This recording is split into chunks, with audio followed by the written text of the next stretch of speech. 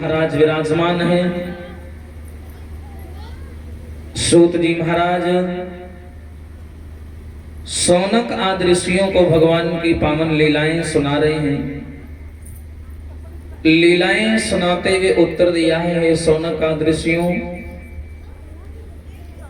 इस समय बड़ी सुंदर चर्चा चल रही है भक्त और भगवान के बारे में, सांसारिक जीवन के बारे में, जो कि मानव का सांसारिक जीवन होता है। जैसे कि भी आदरणीय श्री आचार्य जी ने बताया कि एक पिता की दो संतानें हैं, एक का नाम है धुंधकारी और एक का नाम है गोकर्ण। गोकर्ण जो है ये संत महाराज के आशीर्वाद से इनका जन्म हुआ, और धुंधकारी जो है ये धुंधली की बहन का बेटा है।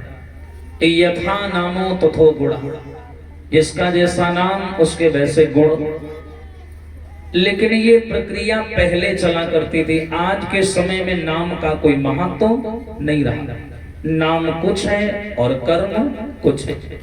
नाम कर्मों का कोई मेल आज के समय में नहीं रहा।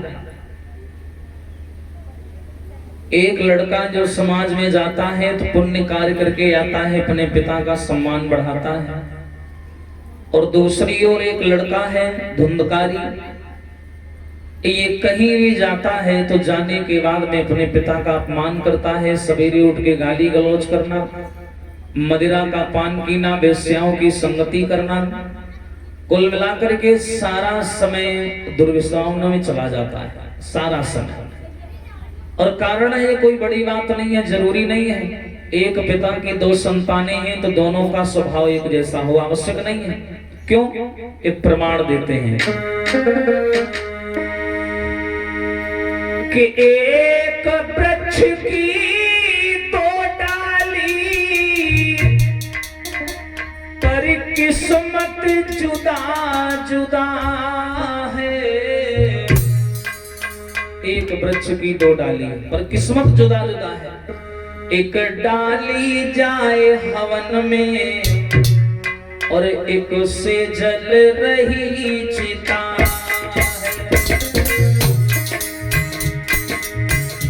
विचार करिए, एक वृक्ष की दो डालियां हैं, शाखाएं एक हैं किंतु डालियां दो हैं। बताया दोनों का भाव स्वभाव जीवन परण सब अलग अलग। एक वृक्ष की डाली से हवन किया जाता है और दूसरी चिता में जलाई जाती है। एक डाली जाए हवन में एक से जल रही चिता।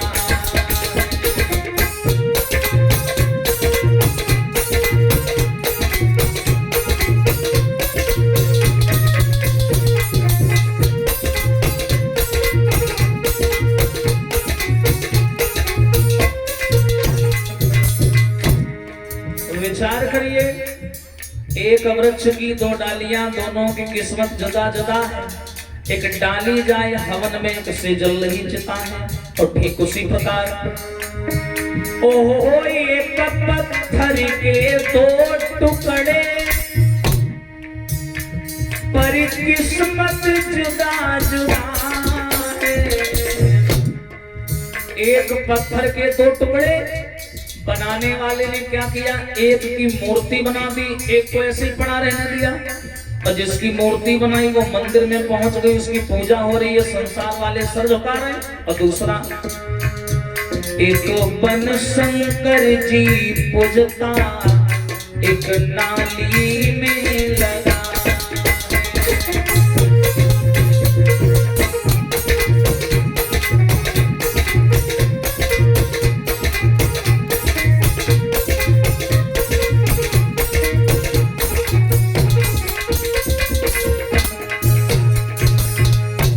इसी प्रकार एक पिता के दो बेटे हैं तो दोनों का भाग्य अलग अलग है, दोनों का नसीब अलग अलग है, दोनों की भाग्य शैली अलग अलग है, कर्म अलग अलग है। एक लड़का धर्म के मार्ग पर चलता है तो दूसरा अधर्म के मार्ग पर। किंतु याद रहे, मानते हैं कि संतानें पिता के कर्म को हिस्से में तो बांट नहीं सकती, किंतु याद रखना, जीते जी औलादें माता पिता का जीवन नरक बना देती हैं। भले ही वो नरक ना मिले, पर यहाँ नरक अवश्य बना देती है, क्योंकि औलाद की क्रियाएं, औलाद का कार्य माँ बाप के सम्मान से जुड़ा होता। अब देखिए, हर पिता उम्मीद करता है कि जितना मैंने व्यवहार जीवन में कमाया, अगर उतना तुम नहीं बना के रख पा रहे हो तो कम से कम मेरे बनाए हुए व्यवहार को बिगाड़ना मत, ये उम्मीद करता है हर पिता। लेकिन महाराज आत्मदेव के साथ में उल्टा हुआ।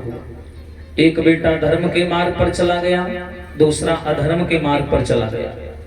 अब एक शिकायतें लेकर के आता है तो दूसरे के शुभचिंतक आते हैं, बड़े परेशान हैं कि मैं क्या करूं, कहीं मुंह दिखाने काबिल नहीं बचा। जहां भी जाता हूं लोग शिकायतें करते हैं कि तुम्हारा बेटा ऐसा है, तुम्हारा बेटा वैसा है, शराब पी करके कहीं यहाँ पड़ा कहीं वहां पड़ा। इनको विचार आता है कैसे कटेगा मेरा बुढ़ापा। पुत्र दुर्व्यवहार करता है, गलत तरीके से बात करता है, तो ये हर कोई आज के समय सोचता है।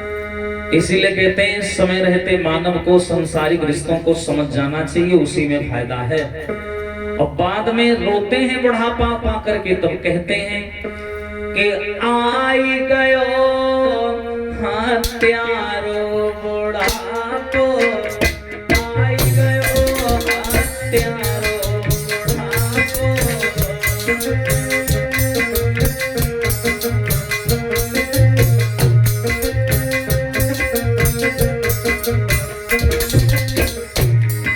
जब ये बुढ़ापा आता है तब सोचते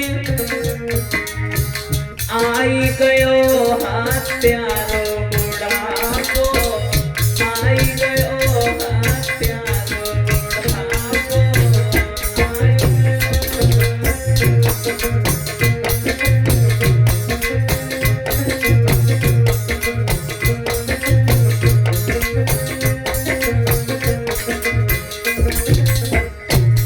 कैसे? जब बुढ़ापा आता है तो सोचते बड़ी बहू से रोटी मांगी, बड़ी बहू से,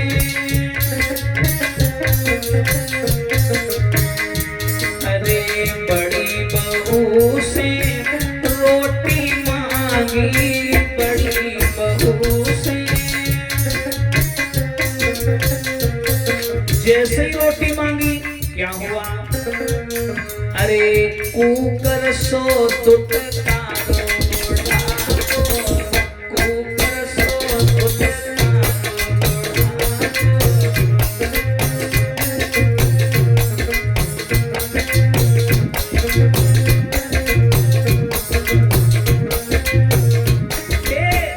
आई गयो हत्यारो बुढ़ापो, आई गयो हत्यारो।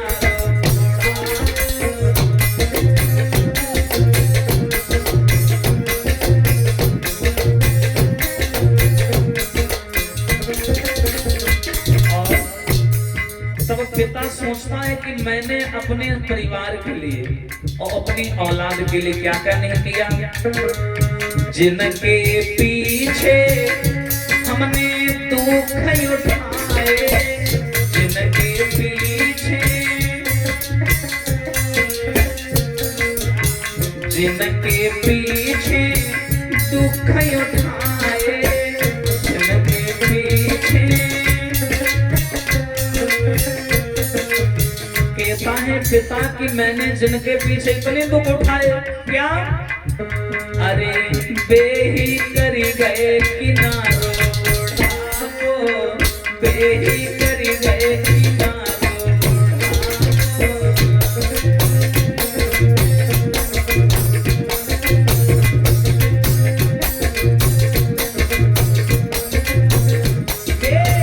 आई गयो हत्यारो बुढ़ापो, आई गयो हत्यारो बुढ़ापो।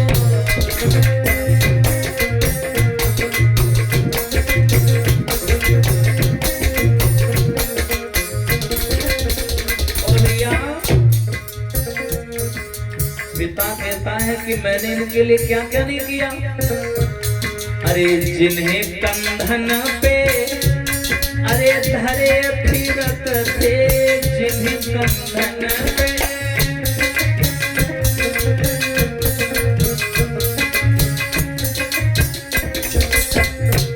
याद करते हैं पुरानी बात कि जिनको मैं कंधों पे रख करके घूमता था, हाय जिन्हें कंधन पे धरे फिरत थे जिन्हें कंधन पे।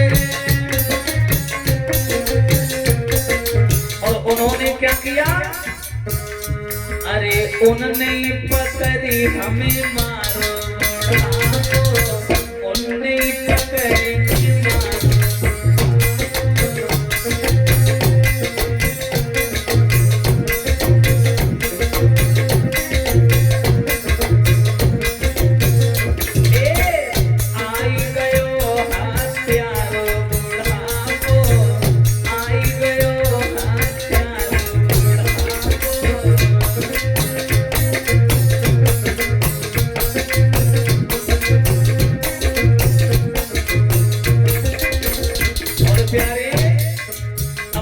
अंत की बात इसीलिए बोला गया, अंत में कोई साथ न दी है, अंत में कोई।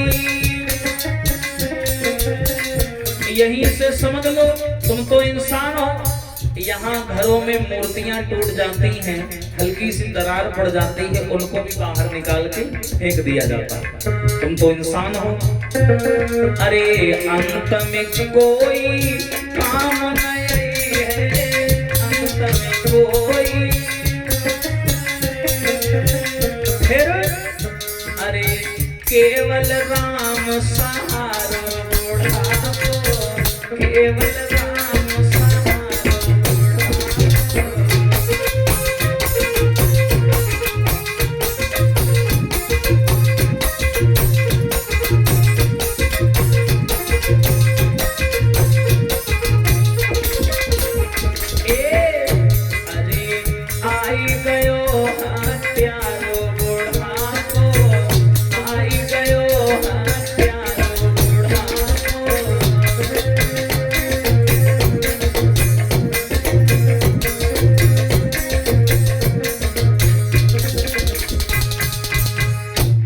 मानव सोचता है कि मैंने जीवन में क्या किया और क्या पाया, क्या बनाया। इसलिए उचित समय यही है कि यहाँ मानव सुख की खोज में घूम रहा है, सुख नहीं है। विचार करिए, राम आए, कृष्ण आए, दुनिया भर की महान शक्तियां आई, इन संसार वालों ने उनको नहीं बख्शा, तो हमें तुम्हें कहां से छोड़ देंगे। विचार करो। तो ये संसार असार है, दुखों से भरा हुआ है। इसलिए जितना समय मिल जाए उतना परमात्मा की सेवा में बिताएं, और बाकी मानव जीवन में समस्याएं लगी रहती हैं। देखिए, इंसान शब्द देखने में कितना छोटा है और वास्तविक में अगर इसकी व्याख्या की जाए तो कितनी बड़ी है। किसी के काम जो आए उसे इंसान कहते हैं, पराया दर्द जो समझे उसे इंसान कहते हैं। कभी गलती रुलाती है, कभी गलती हंसाती है, लेकिन ये मानो गलती का पुतला, गलतियां हो ही जाती हैं, इससे सीख मिलती है। किंतु गलती कर जो सुधर जाए उसे इंसान कहते हैं, और पराया दर्द जो समझे उसे इंसान कहते हैं। इंसान की व्याख्या सबसे बड़ी है। 4 अगरबत्तियां लगा देना, भगवान को मस्तक झुका देना, मंदिर में जाकर के प्रणाम कर लेना। परमात्मा कहता है श्रीमद् भगवद गीता में, श्री कृष्ण के वाक्य हैं कि मैं इसे पूजा नहीं मानता। ये पूजा नहीं है। वास्तविक पूजा ये है कि कोई व्यक्ति अगर प्यासा बैठा हो तुम उसे पानी पिला दो, कोई भूखा बैठा हो उसे भोजन करा दो, कोई बेसहारा बैठा हो उसे सहारा दे दो, कोई रो रहा हो उसके चेहरे पे हंसी ला दो। इससे बड़ी कोई पूजा और इससे बड़ा कोई धर्म नहीं है। रामायण भी कहती है, परहित सरिस धर्म नाय भाई, और पर पीड़ा सम नहीं अधिमाई। विचार करिए, यानी संसार में सबसे बड़ा धर्म यही है, पराये हित में जीना, पराये हित में काम करना। इससे बड़ा कोई धर्म नहीं है। अब विचार करो कि महाराज आत्मदेव बेचारे बूढ़े हैं, पत्नी जो है वो थोड़ी कर्कशा स्वभाव की है, गंदे स्वभाव की। लेकिन क्या हुआ, एक लड़का धर्म के रास्ते पर चलने लगा, दूसरा अधर्म के रास्ते पर। अब क्या करता है धुंधकारी, ये सवेरे उठता है और घर से पैसा चुरा करके बेश्याओं के पास में जाता और शाम को आता नशे की हालत में। एक दिन की बात है कि आत्मदेव से गोकर्ण ने कहा, आत्मदेव ने गोकर्ण से कहा, बेटा तुम भी हमारे बेटा हो, धुंधकारी भी मेरा पुत्र है, पर तुम जहां भी